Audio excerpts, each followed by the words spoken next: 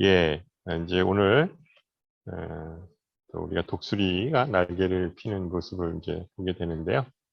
오늘은 이제 사사기,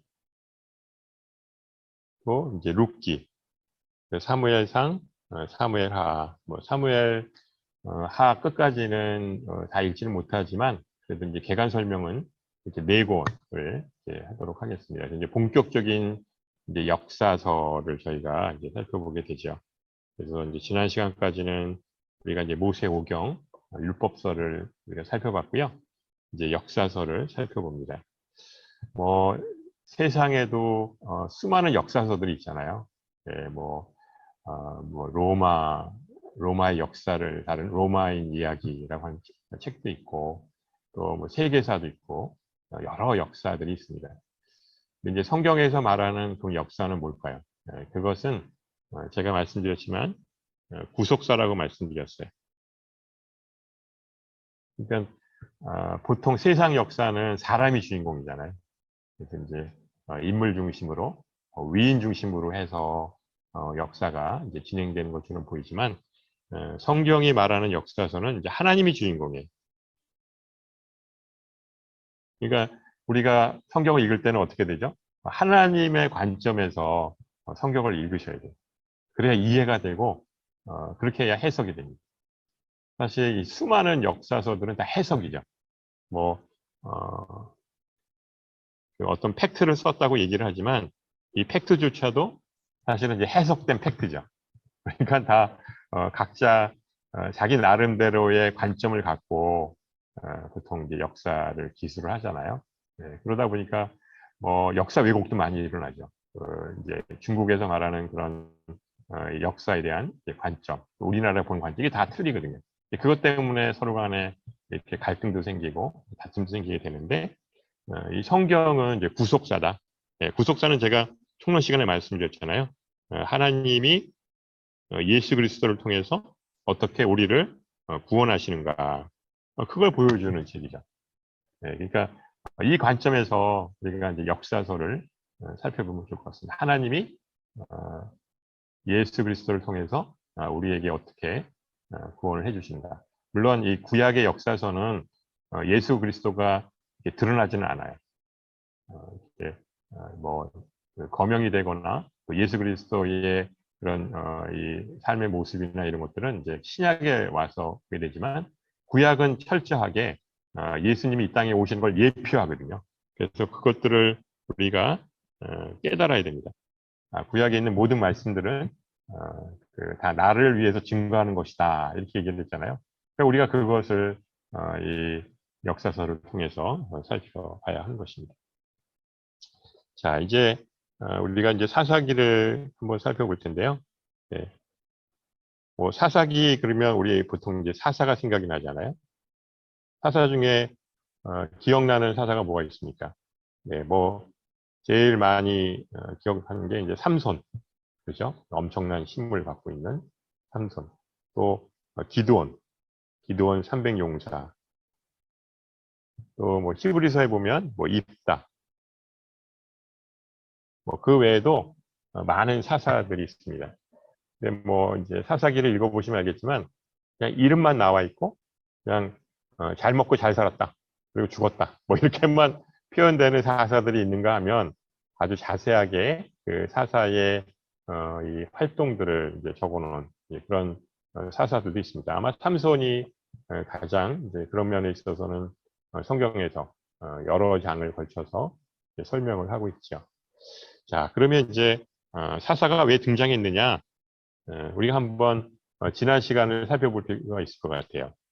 이제 여호수아가 이제 가나안 땅에 이스라엘 백성들을 데리고 입성을 하지요. 그리고 어떻게 했습니까? 12지파의 땅을 배분했어요. 물론 레위 지파도 있죠. 레위 지파는 땅을 기업으로 주지 않고 48개 성읍을 주었죠. 그래서 이렇게 이제 여호수아가 각 지파별로 이제 공정하게, 공평하게 땅을 이제 배분을 했습니다. 물론 그 중에 요단강을 원래 건너서 기업을 받아야 되는데 땅이 너무 비좁을 것 같아서 이 요단 동편에 요단강을 건너가지 않고 땅을 배분받은 지파가 세 지파가 있었잖아요. 네, 그래서 하여튼 그런 여러 가지 사항들을 거쳐서 이제 12지파의 땅이 이제 배분이 됐어요. 네. 이제 그러면 이제 잘 살아야 되잖아요. 가나안 땅은 원래 이 어떤 안식의 개념이 있고 또 천국의 개념이 있으니까 그들이 잘 살아야 되는 것이죠. 근데 실제로 가나안 땅에 들어가서 아무것도 안 해도 되는 그런 건 아니었어요. 왜냐하면 하나님이 앞서가셔서 그 땅을 허락하셨지만 이제 영적인 그런 전쟁, 그 순종이죠. 하나님 말씀대로 순종함으로 인해서 그 땅을 차지해야 됐거든요. 근데 보니까 이 가나안 족속들이 살고 있었어요. 네. 우리가 선입관을 갖기는 가나안 땅은 적과 꿀이 흐르는 땅이니까 이 가나안 족속들은 굉장히 좋은 사람들 것이다. 이왕이면 그냥 거기 살고 있는 사람들하고 사이좋게 지내면 어떨까? 이렇게 생각할지 모르는데요. 이제 그건 아니죠. 왜냐하면 이게 바로 영적 전쟁이죠.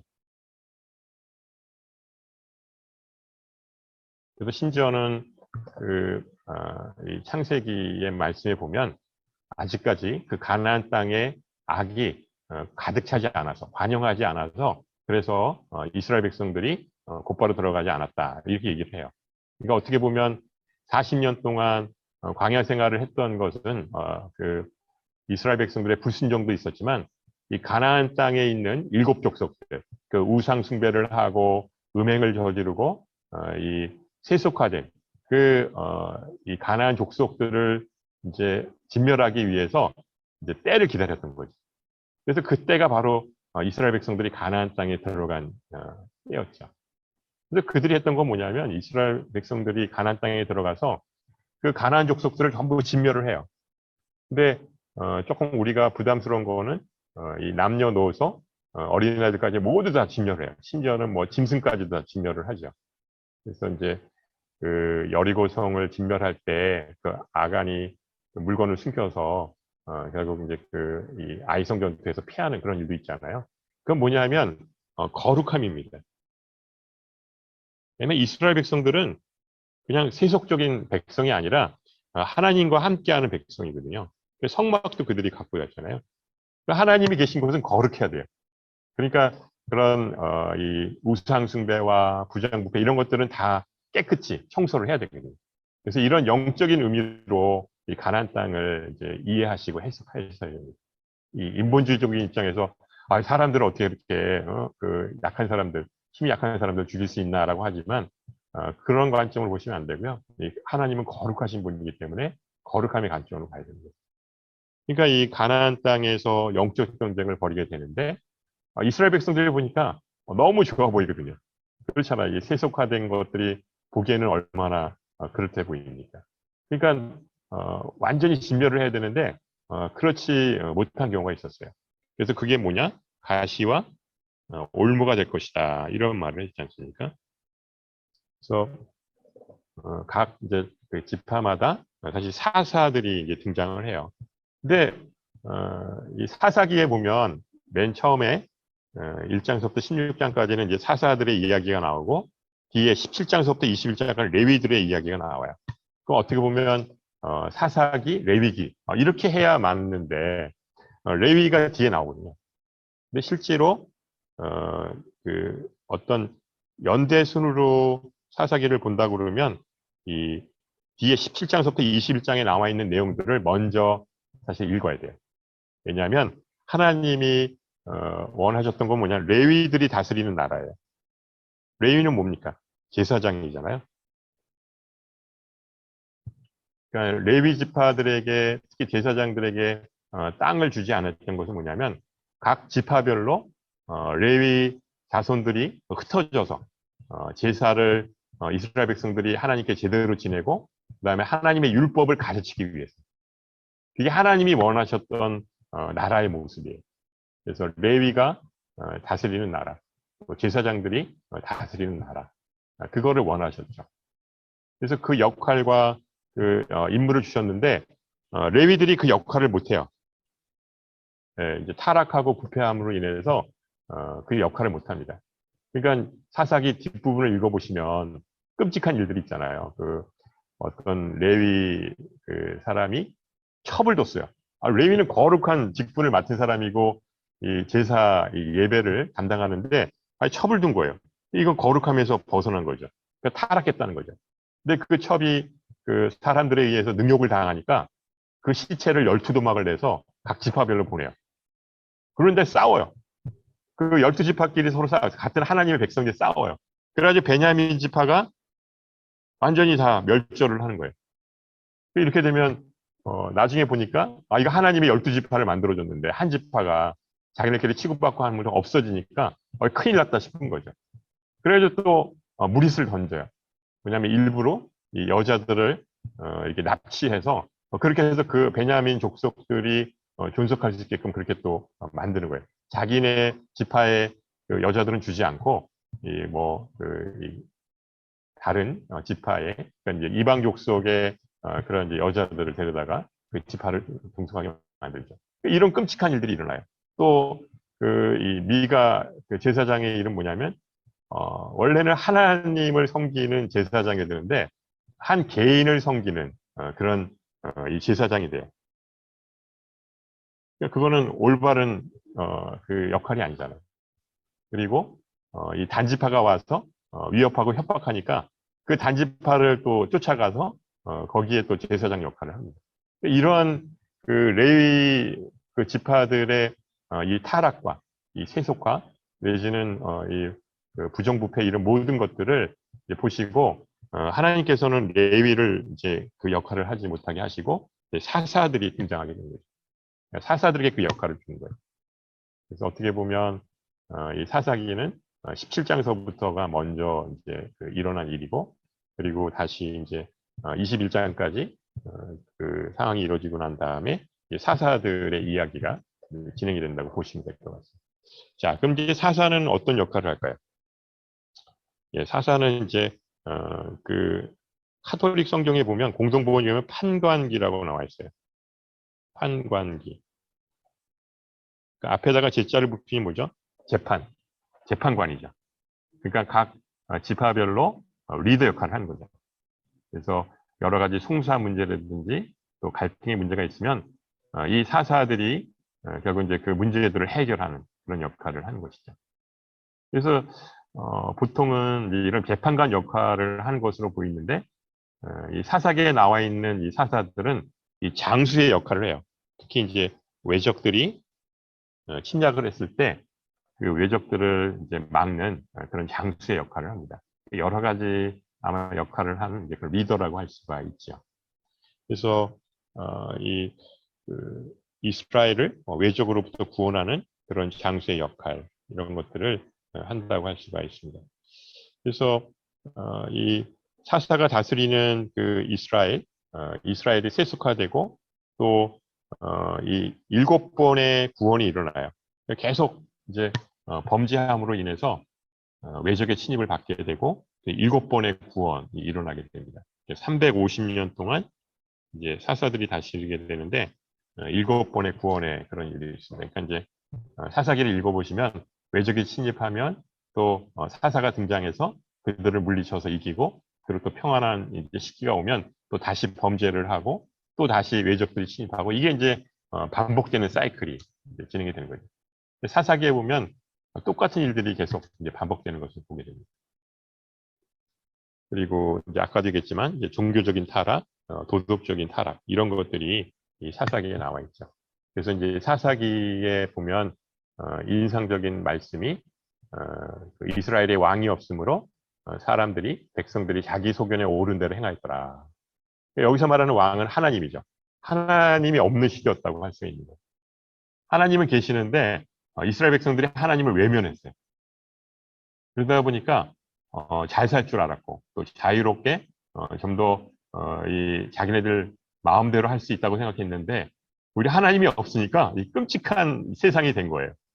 그렇죠. 이 하나님이 없고 하나님의 말씀이 없는 세상은 이 끔찍한 세상이죠. 왜냐하면 다 자기가 하나님이기 때문에 결국 이 악이 횡행하는 그런 시기가 된 것이죠.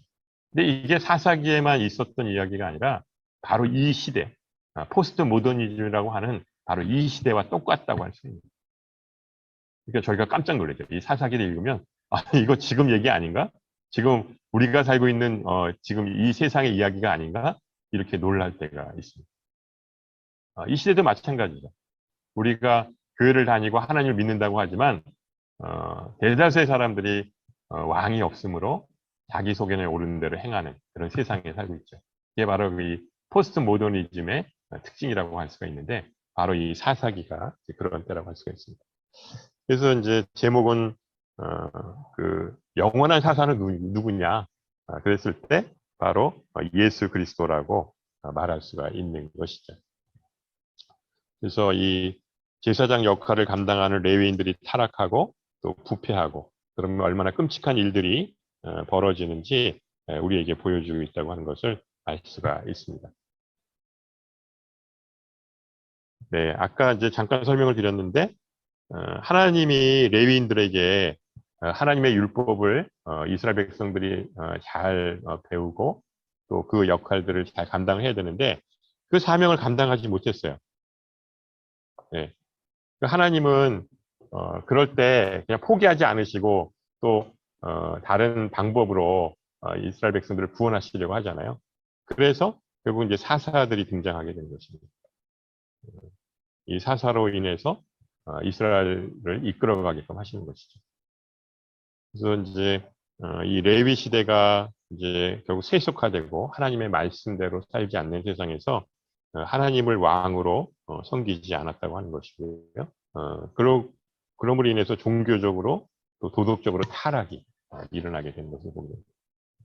네, 그래서 인본주의 세상 인권을 중요시 여기면 세상이 굉장히 평화롭고 화목하고 잘 살 것 같죠? 아, 예. 우리 경험하잖아요. 인본주의적인 입장에서 해석하게 되면 결국 망한다고 하는 걸 우리가 알게 되잖아요. 뭐 동성애. 아니 동성애를 합법화하면 어떻게 된다는 얘기입니까? 일단 우리가 계속 자녀들을 출산하고 그렇게 하면서 그 복이 자손만데 흘러가야 되는데 아니 동성애를 하면 어떻게 자손을 일단 이룰 수가 있겠어요? 이 어리석은 짓이죠. 그런데 이거를 인권의 입장에서 동성애를 찬성한다고 하는 건 말이 안 되는 거죠. 이제 그런 면에 있어서는 이 인본주의 입장이라고 하는 것은 결국 이제 타락하고 결국 망하게 가는 이제 지름길이라고 하는 것을 알 수가 있습니다.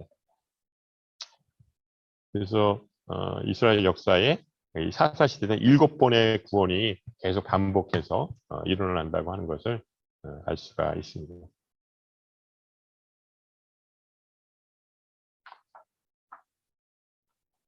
이 사사기의 내용은 단순하게 그냥 옛날 이야기로 치부될 수가 없는 것이죠. 바로 이 시대의 이야기를 하고 있다고 할 수가 있습니다. 그러면 이 타락한 레위인들은 누구를 말하느냐?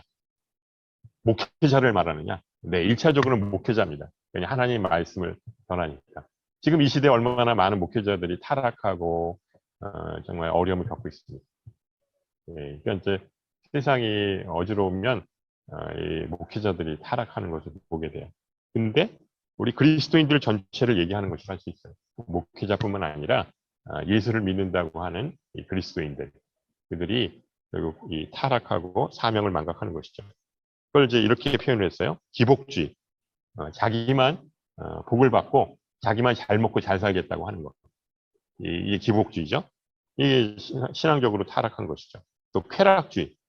이거를 이제 어떤 분들은 종교적 향락주의. 교회를 다녀요. 일요일 날은 하루 교회 나가서 예배 드려요. 근데 나머지 일주일은 세상에 나가서 세상 사람들하고 똑같이 살아요. 아니, 오히려 더 약하게 사는 거예요. 예전에 제가 직장 생활할 때도 보면 예수 믿고 교회 다닌다고 하는데 오히려 더 아주 이 악한 상사들도 있고 이 악한 그런 사람들이 많이 있는 걸 봤어요. 이건 좀 잘못된 것이죠. 정말 그리스도인이라고 그러면 이 세상의 빛과 소금으로 그 역할을 감당해야 되고요. 그렇게 살아야 되잖아요. 그러니까 그게 좀 손해보고 좀 억울한 일이 있지만 그래도 그걸 우리가 믿음으로 견뎌 나가야 되는 거죠. 그냥 하나님 우리 함께 하시기 때문에 우리를 세상의 소금과 빛으로 이제 만드셨고 우리가 그렇게 또 살아야 하는 그런 삶을 갖고 있는 것이죠. 이 때문에 이런 기복주의와 쾌락주의의 물들은 그러한 현대 그리스도인들, 이것들은 우리가 다시 한번 돌아봐야 하는 것으로 봅니다. 그래서 이제 출애굽 2세대들이 아브라함의 언약으로 그들이 광야 생활을 했고 또 세겜에서 백성과 언약을 했죠. 여호수아가 그랬잖아요. 나와 내 집은 오직 여호와만을 섬기겠노라. 너희들은 결단해라. 만약 하나님을 섬기든지 아니면 바알과 아세라 우상을 섬기든지 선택을 해라. 얘기를 했죠. 근데 그때 여호수아가 나와 내 집은 오직 여호와만을 섬기겠노라 얘기했을 때 이스라엘 백성들은 그렇게 하겠다고 약속했거든요. 이게 거짓말이었잖아요. 그들이 실제로 가나안 땅에 들어와서 오히려 그 가나안 족속들이 섬기는 우상들이 너무 좋아 보이는 거예요. 저렇게 믿으면 좋겠다. 왜냐하면 쾌락주의와 기복주의의 아주 본상이잖아요. 그러니까 이렇게 우리가 신앙생활을 해서는 안 되는데 결국은 하나님을 알지 못하는 또한 우상 숭배 그것으로 인해서 그들이 이제 고통당하는 것을 보게 됩니다. 왜냐 하나님과 언약을 체결하셨잖아요. 하나님과 약속했고 너희들은 하나님 백성이다 했는데 그 언약을 뭐 하나님이 파기한 게 아니라 바로 이스라엘 백성들이 파기를 한 것이죠. 이 사사기를 보면 일정한 패턴이 나와요. 이제 12명의 이제 사사가 나오는데 그 사사들의 이 활동이나 활약을 보면 이런 일정한 패턴을 볼 수가 있습니다. 첫 번째는 그들이 이제 가나안 땅에 들어가서 이제 편안하게 살아요. 영적으로 해이해지죠. 그리고 또 우상 숭배를 하죠. 그리고 이제 타락을 합니다. 그러면 그냥 하나님 내버려 두실까요? 아니죠. 이스라엘의 범죄를 통해서 하나님이 진노하시죠. 너희들 그렇게 살지 말라고 그랬잖아. 그렇게 살면 너희들에게 징계를 주겠다. 그거 뭐냐? 외적이 침입해요. 그, 어, 그 여름 내내 수고해서 이제 이 곡식들을 잘 갖고 가지고 이제 추수할 때가 되면 외적들이 침입해요. 몽땅 다 이 수확물들을 이 갖고 갑니다. 뺏어 갑니다. 이 일본은 얼마나 황당해요. 그러니까 이제 이렇게 외적들의 침입으로 인해서 너무 이제 고통을 당하는 것이죠. 근데 그것은 그냥 단순한 고통이 아니라 그들의 범죄로 인해서 하나님께서 징계를 주신 것이죠. 그리고 이스라엘이 회개해요. 하나님 잘못됐습니다. 정신 차리고 이번에는 저희들이 제대로 살겠습니다. 그러면서 회개를 합니다. 그러면 하나님께서 사사를 등장시켜 주세요.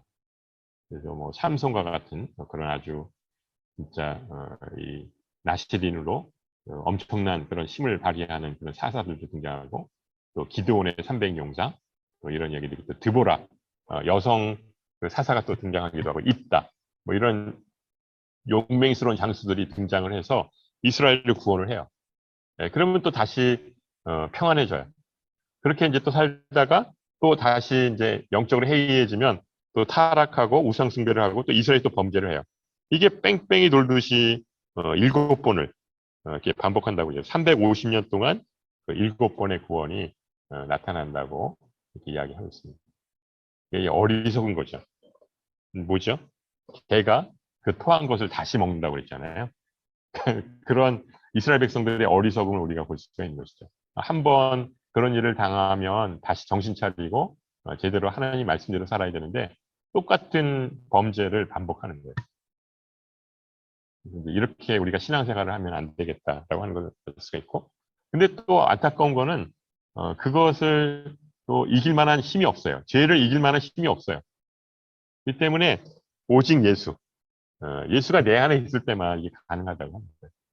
우리가 신앙생활 할 때 정말 우리가 참담하고 절망하는 것은 내 안에 선한 것이 없구나. 내가 이 죄를 이길 만한 능력이 없구나. 예수님이 내 안에 살아 역사하셔서 정말 성령님을 통해서 우리가 죄를 이길 수 있는 그런 힘을 우리에게 주셔야만 한다고 하는 것이죠. 그래서 오직 예수, 영원한 사사는 바로 이 오직 예수밖에 없다고 하는 것을 이 사사기를 통해서 알 수가 있는 것이죠. 그러니까 예수님의 이름이 나타나진 않지만 이 사사기를 보면서 우리에게 진정한 사사는 바로 예수님이구나. 있다고 하는 것을 우리가 깨닫게 되는 것입니다. 이제 룻기입니다. 룻기. 네, 뭐 룻기는 아주 짧지요. 이 4장으로 된 짧은 그런 스토리고 또 굉장히 감동적이에요. 그 나오미의 가정사입니다. 이 나오미의 그 남편이 엘리멜렉이라고 하는 사람이 있는데 이 두 아들과 함께 모압으로 이민을 가죠. 다른 나라니까. 왜냐하면 베들레헴에서 기근이 들었거든요. 자기네들이 살고 있는 땅에 기근이 들어서 결국 이제 잘 살 줄 알고 이제 모압으로 이민을 갑니다. 그러니까 이스라엘 땅은 워낙 척박한 땅이니까 이제 기근이 잘 드는 거죠. 그래서 아브라함도 그랬고 또 뭐 이삭도 그랬고 이 기근이 들면 보통 뭐 이집트로 피해서 간다든지 또 이제 다른 이제 그 땅으로 이제 가게 됩니다. 근데 이 엘리멜렉과 나오미 그다음에 이제 두 아들은 이 모압이라고 하는 땅으로 이제 이민을 갑니다. 그래서 잘 살 줄 알았어요. 우리 뭐 예전에 미국으로 이민 많이 갔잖아요. 잘 살기 위해서. 그리고 뭐 성공한 사람들도 많이 있죠. 근데 완전히 쫄딱 망했어요. 왜냐하면 이 남편과 두 아들이 다 죽어요. 그 객지에서 죽었으니 얼마나 정말 황당하겠습니까? 그리고 이 나오미만 혼자 남게 되고 그다음에 두 며느리 그 당시에 가장 사회적 약자인 여자들만 남은 거예요. 그 중에 한 며느리가 바로 룻이죠. 그러니까 두 며느리는 이 모함 여인이에요.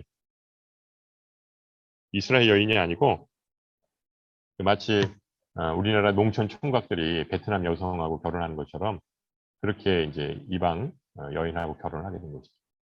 그러니까 아주 최악의 조건이라고 할 수가 있어요. 생명을 다 잃어버리고 그리고 재산도 다 이제 빼앗기고 하나도 남은 것이 없는 빈털터리가 됐고 그 절망뿐이 남지 않았어요. 이 나옴이라고 하는 이름이 원래는 기쁨이라는 그런 뜻이거든요. 근데 인생을 살면서 모든 기쁨들은 송두리째 없어지고 그냥 이제 절망만 남은 것이죠. 그래서 이름을 마라라고 지어라. 나를 나옴이라고 부르지 말고 마라라고 지어라. 왜냐하면 인생에 나는 지금 쓴맛 뺏기는 볼 게 없다. 네, 우리 그 양지오늘께 보면 카페가 카페 마라 이렇게 있잖아요. 그래서 저는 이걸 이름을 좀 바꿔야겠다. 이제는 나오미로 좀 바꿨으면 좋겠다. 이 커피를 쓴맛으로 계속 먹으니까 이게 별로 어감이 안 좋다 이런 생각이 드는데 하여튼 이런 이제 절망과 어려움을 겪게 됩니다. 사실 이 룻기가 왜 이 성경에 들어갔을까? 이건 뭐 한 가정의 이야기인데 이게 굳이 성경에 들어갈 필요가 있나? 그리고 보면은 이 사사기와 그 다음에 뭐죠? 사무엘 이 사이에 들어갔거든요. 마치 뭐 브레이크 타임을 갖는 것처럼 이 사사기와 사무엘서 사이에 룻기가 들어가요. 왜 룻기를 여기다 집어넣었을까? 그냥 빼버려도 상관없을 텐데. 그 마치 그 감동적인 멜로드라마처럼 이렇게 느낄 수가 있는데, 근데 놀랍게도 이 룻기를 통해서 이 다윗이 등장하죠. 다윗의 족보가 등장합니다.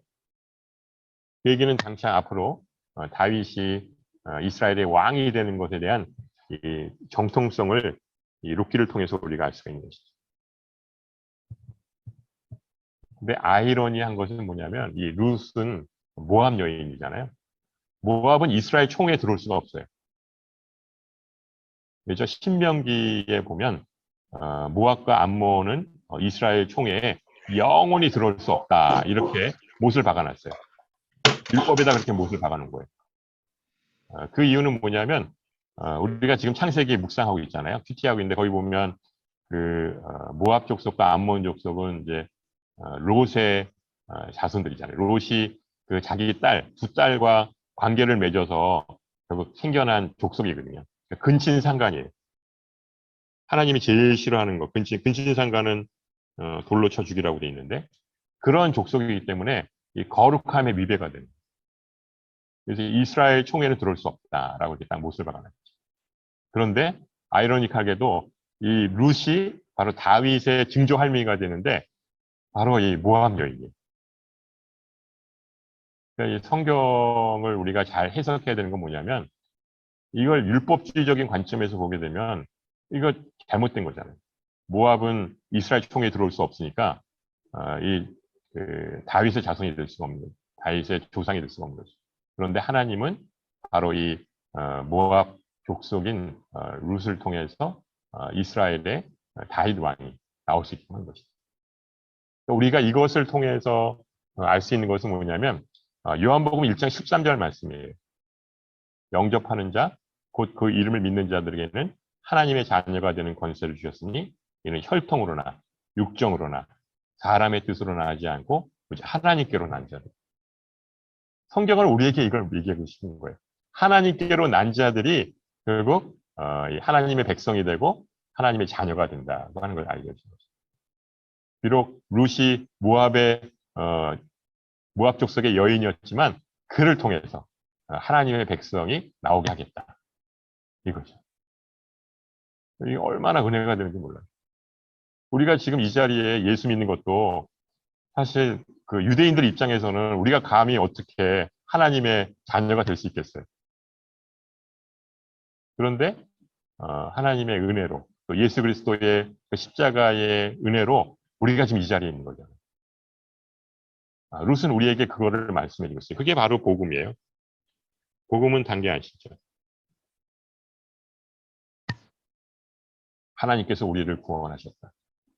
죄로 인하여 죽을 수밖에 없고 진멸되고 멸망할 수밖에 없었던 우리들이었지만 예수 그리스도의 그 보혈로 우리를 구원하여 주셨다. 이게 복음이거든요. 룻기는 우리에게 그것을 이야기해 주고 싶은 것입니다. 그러니까 이러한 거의 밑바닥, 인생의 밑바닥까지 떨어졌던 이 나오미와 룻, 아무것도 남은 것이 없는 이들에게 다시금 이 베들레헴으로 돌아오는 은혜와 축복을 주세요. 그러니까 모압은 어떻게 보면 이제 세상의 모습이라 할 수 있죠.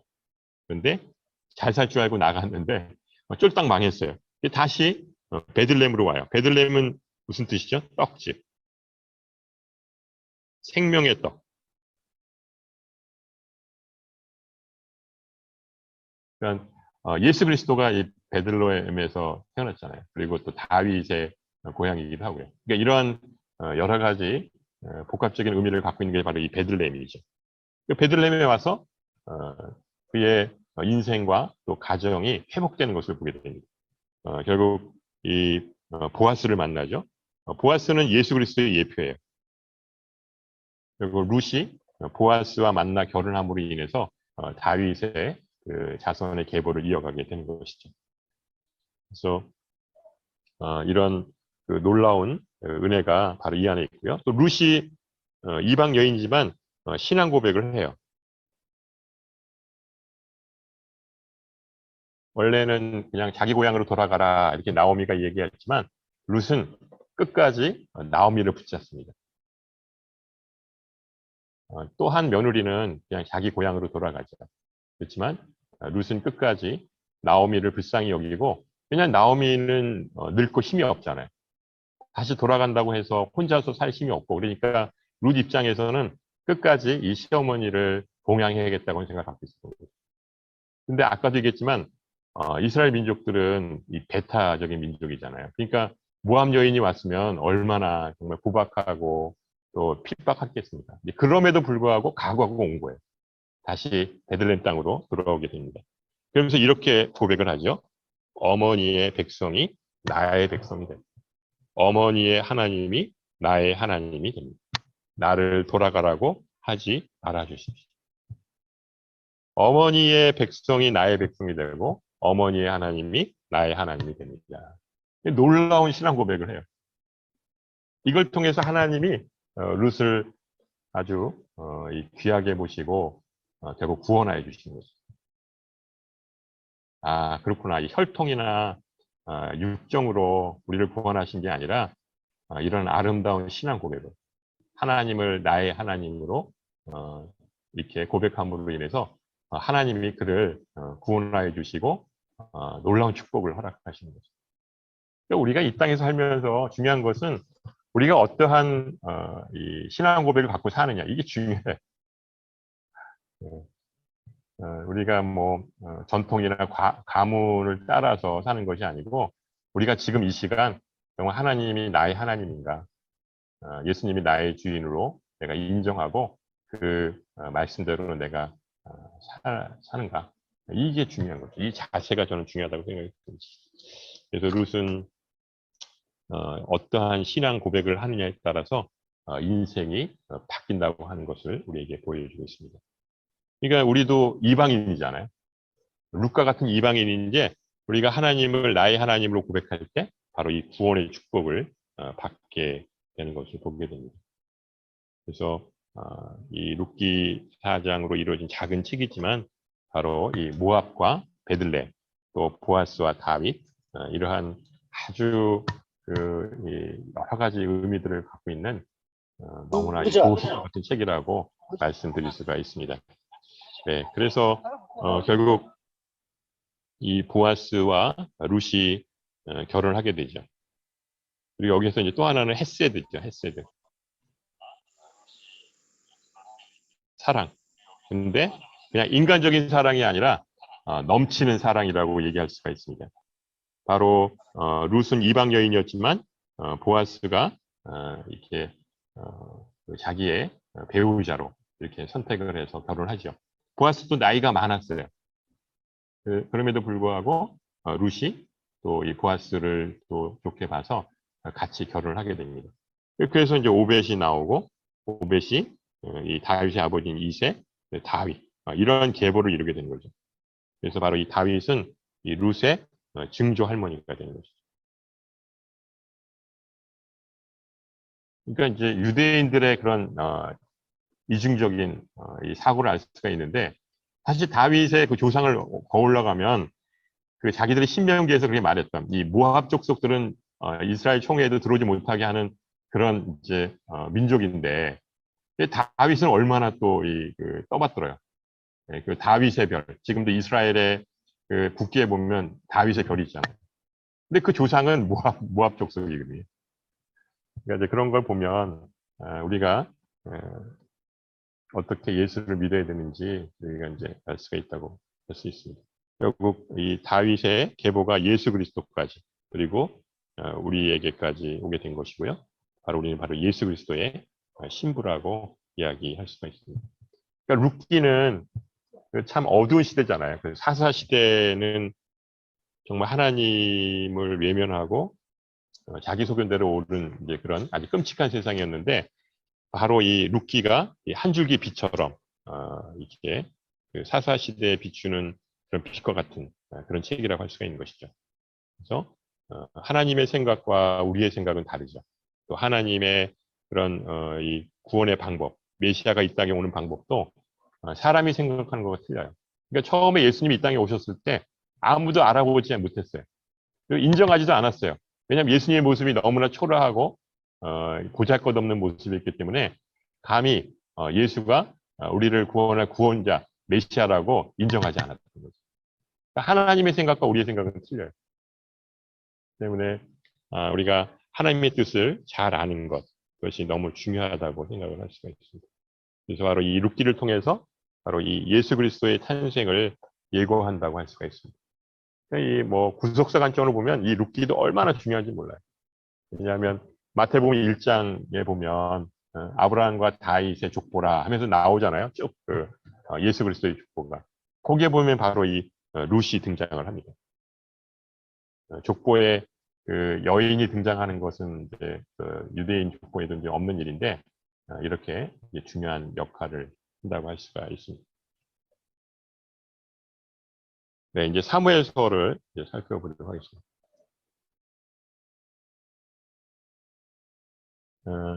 사실 어떻게 보면 이제 사무엘서지만 실제 사무엘 상하를 읽어보면 사울과 다윗의 이야기,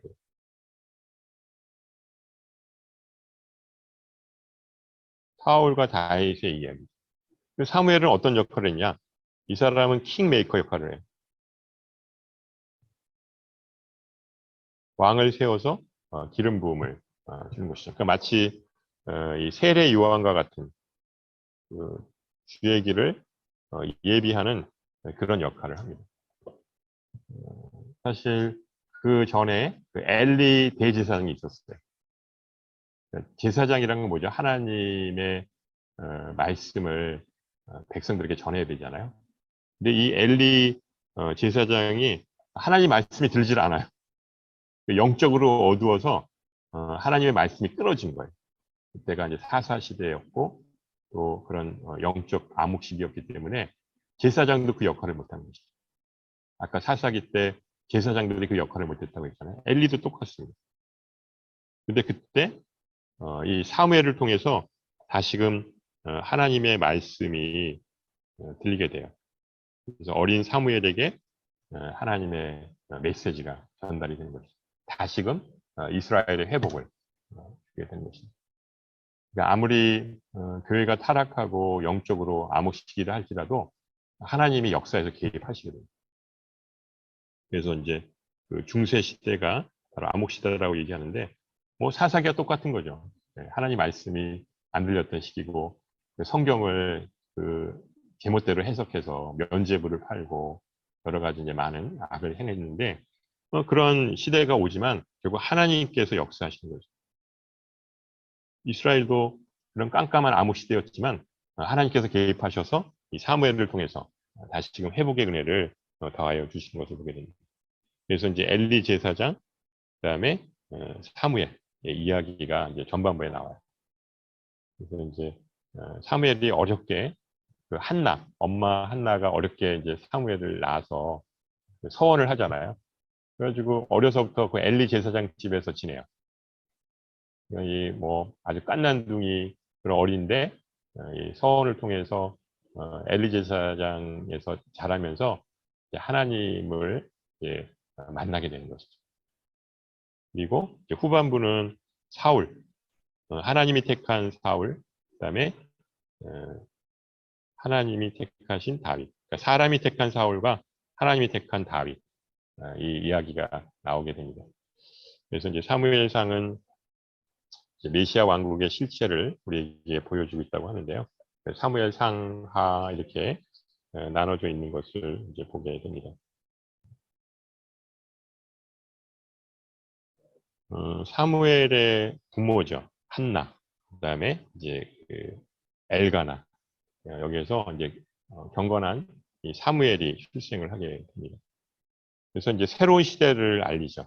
여태까지 암흑 시기였고 영적으로 어두워진 시기였는데 사무엘을 통해서 새로운 시대를 알리게 됩니다. 아까 사사기에 이스라엘의 왕이 없으므로 사람이 각기 자기의 소견에 오른 대로 행하였더라.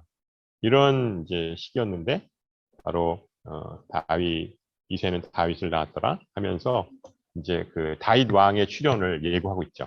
그래서 그 길을 예비하는 사람이 바로 이 사무엘이다. 그래서 이제 세례 요한과 같은 역할을 한다고 할 수가 있죠. 이제 사무엘이 이제 기름 부음을 통해서 왕을 세우는데 사울과 첫 번째 왕이죠. 두 번째 다윗 왕을 세웁니다. 사울은 사람이 택한 왕이고 다윗은 하나님이 택한 왕이라고 할 수가 있습니다. 그래서 사무엘서를 읽어보면 굉장히 이제 재미있는 얘기들이 나오게 됐는데요. 하나님은 왕정 제도를 원하지 않으셨어요. 아까 말씀드렸죠. 그 레위를 통해서 이스라엘이 다스려지기를 원하셨고 또 사사를 통해서 이스라엘이 다스려지기를 원했어요. 이스라엘 백성들이 이렇게 주변 나라들을 보니까 다 왕이 있는 거예요. 너무 그럴듯해 보이는 거예요. 왕이 있으니까 다들 잘 먹고 잘 사는 것처럼 보였어요. 그래서 요구를 하죠. 우리도 왕을 세워주십시오. 그러면서 사무엘을 통해서 얘기를 합니다. 사무엘이 하나님께 고하죠.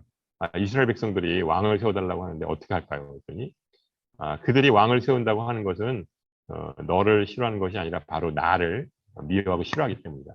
하나님을 외면하고 싶어서 그들이 사람 왕을 세우려고 한다고 하는 것이죠.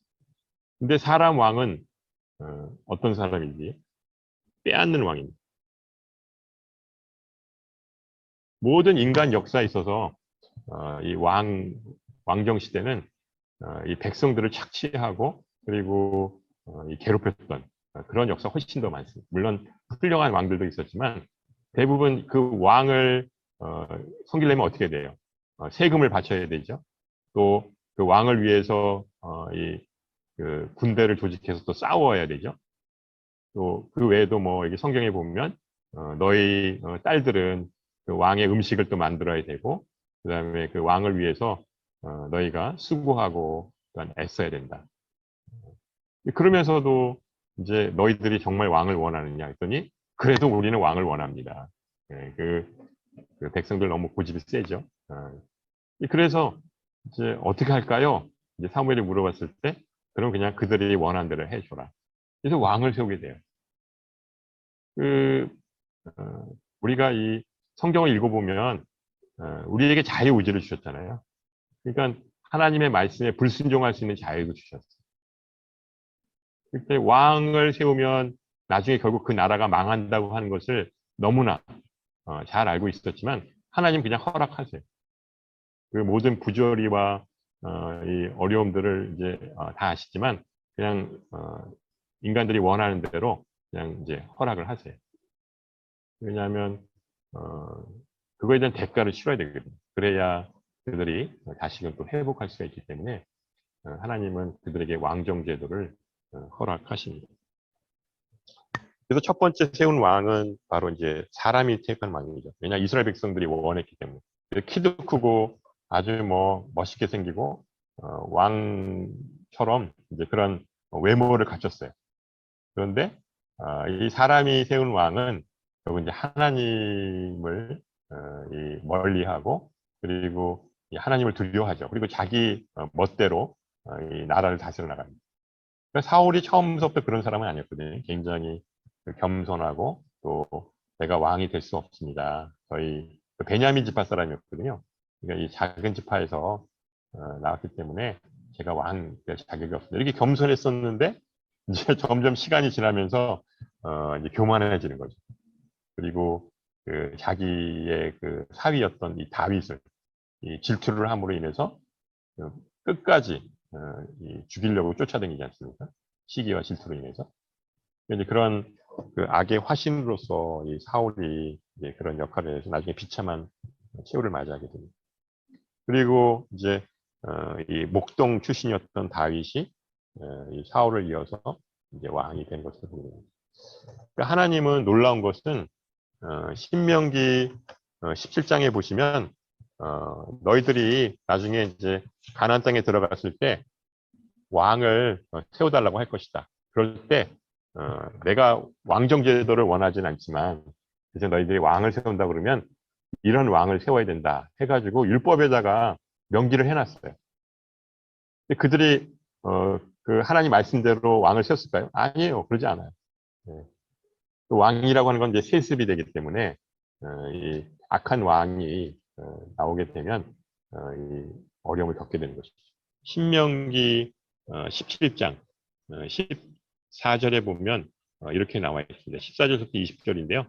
이스라엘의 왕 이렇게 해서 제가 한번 읽어보겠습니다. 내가 내 하나님 여호와께서 내게 주시는 땅에 이르러 그 땅을 차지하고 거주할 때에 만일 우리도 우리 주위의 모든 민족들 같이 우리 위에 왕을 세워야겠다는 생각이 나거든 반드시 내 하나님 여호와께서 택하신 자를 내 위에 왕으로 세울 것이며 내 위에 왕을 세우려면 내 형제 중에서 한 사람을 할 것이요 내 형제 아닌 타국인을 내 위에 세우지 말 것이며 그러니까 하나님께서 택하신 자를 세워야 된다 이렇게 이야기를 하죠. 그러면서 그는 병마를 많이 두지 말 것이요 병마를 많이 얻으려고 그 백성을 애굽으로 돌아가게 하지 말 것이다.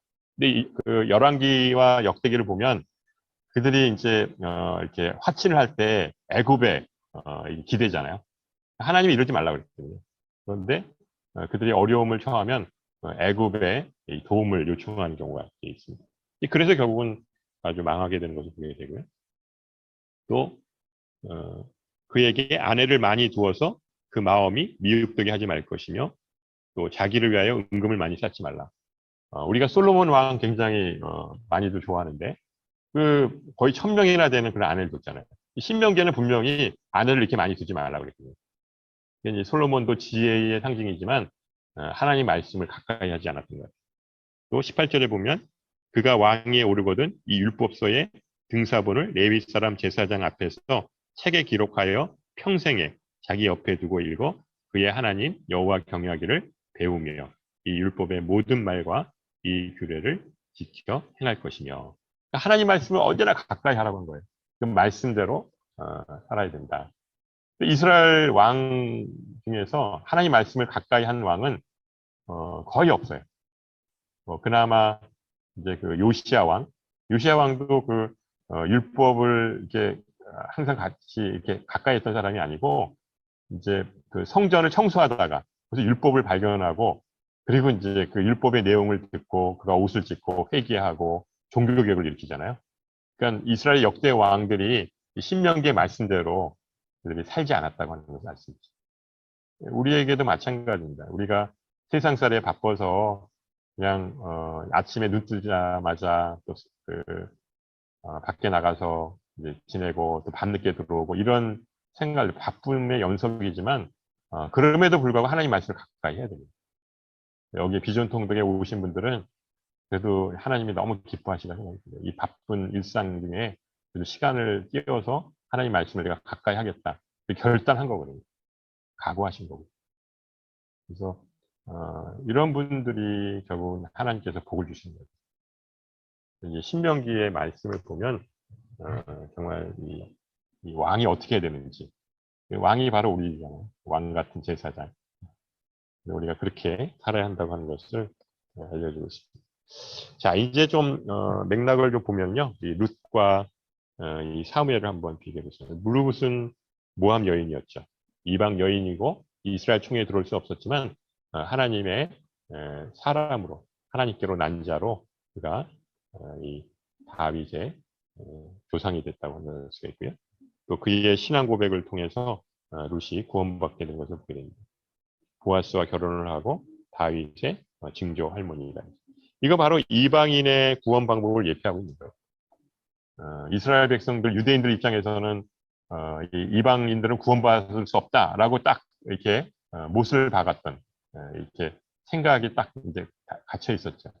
그러니까 그 신약 성경에 보면 이제 갈라디아서에도 보면 그 베드로가 안디옥 교회에서 이방인들과 같이 식사를 했을 때 그 예루살렘에서 온 유대인들을 보자마자 도망치잖아요.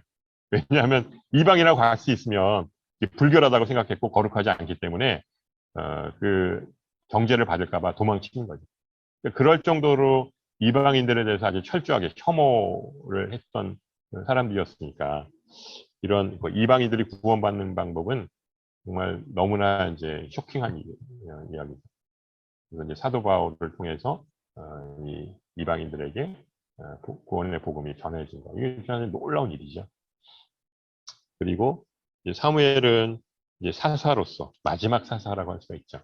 그리고 또 이제 그 킹메이커로 왕은 아니지만 그런 역할을 했던 사람이 할 수 있고요. 또 제사장으로 또 선지자로 보통 이제 기름 부음을 받은 자는 보통 왕, 제사장, 선지자라고 할 수가 있는데 그런 모든 역할들을 다 감당한 인물이 바로 사무엘이라 할 수가 있습니다. 그래서 이 사무엘이 죽고 나서 그다음부터 이제 본격적인 이제 왕정 제도가 시작이 된다고 할 수가 있습니다. 이것은 바로 예수 그리스도를 예표하고 있는 것이죠. 이제 사울과 이제 다윗을 한번 비교해 보겠습니다. 사울은 결국 옛사람이죠. 우리 지금 로마서 이 설교 말씀 듣고 있는데 바로 옛사람의 그런 모습을 할 수가 있고요. 다윗은 바로 이 새로운 피조물, 새 사람의 은혜라고 할 수가 있는 것이죠.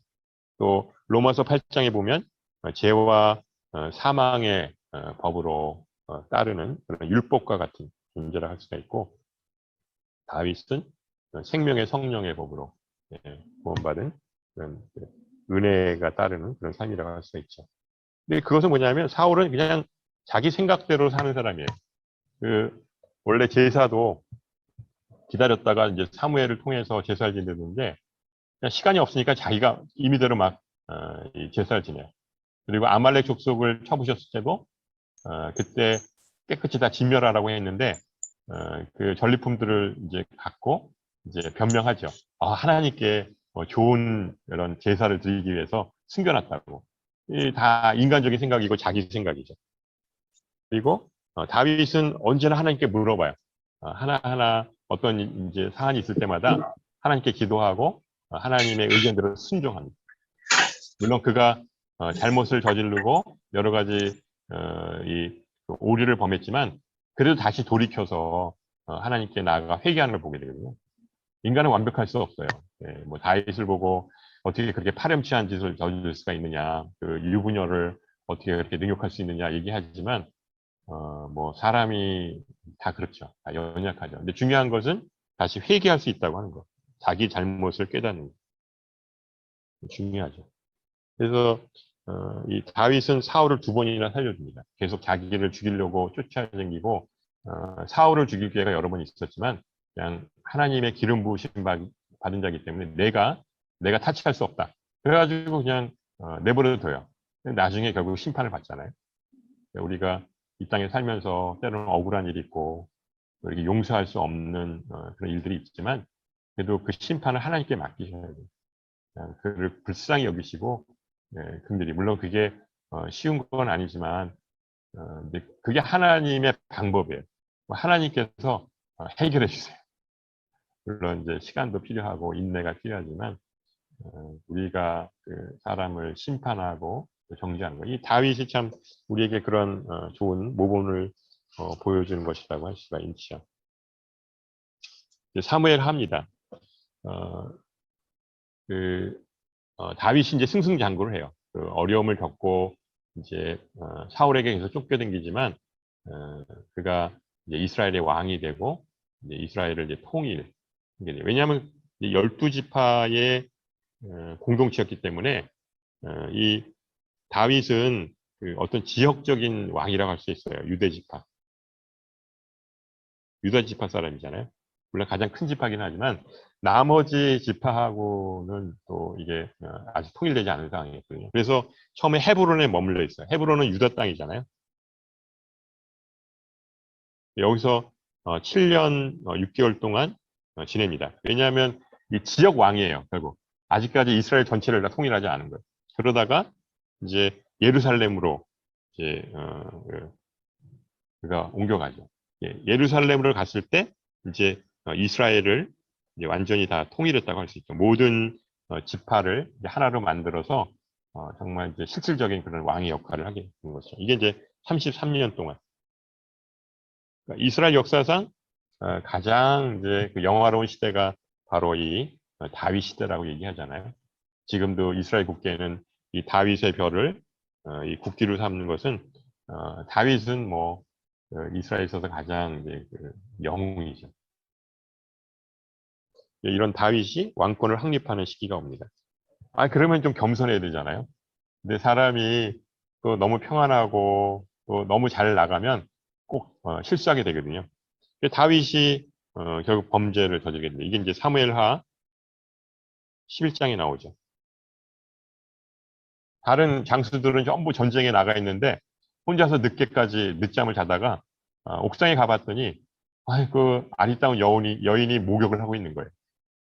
근데 평소에는 그냥 지나칠 수도 있는 건데 왜냐하면 워낙 또 그 다윗 같은 경우는 이제 그 왕비들이 많이 있었잖아요. 근데 그 여인에 꽂힌 거예요. 그러면 이제 뭐 이쁘다. 그리고 끝났으면 되는데 그 여인을 몰래 데리고 와서 정을 통해요. 완전 범죄를 노렸는데 알고 봤더니 아기를 뵌 거예요.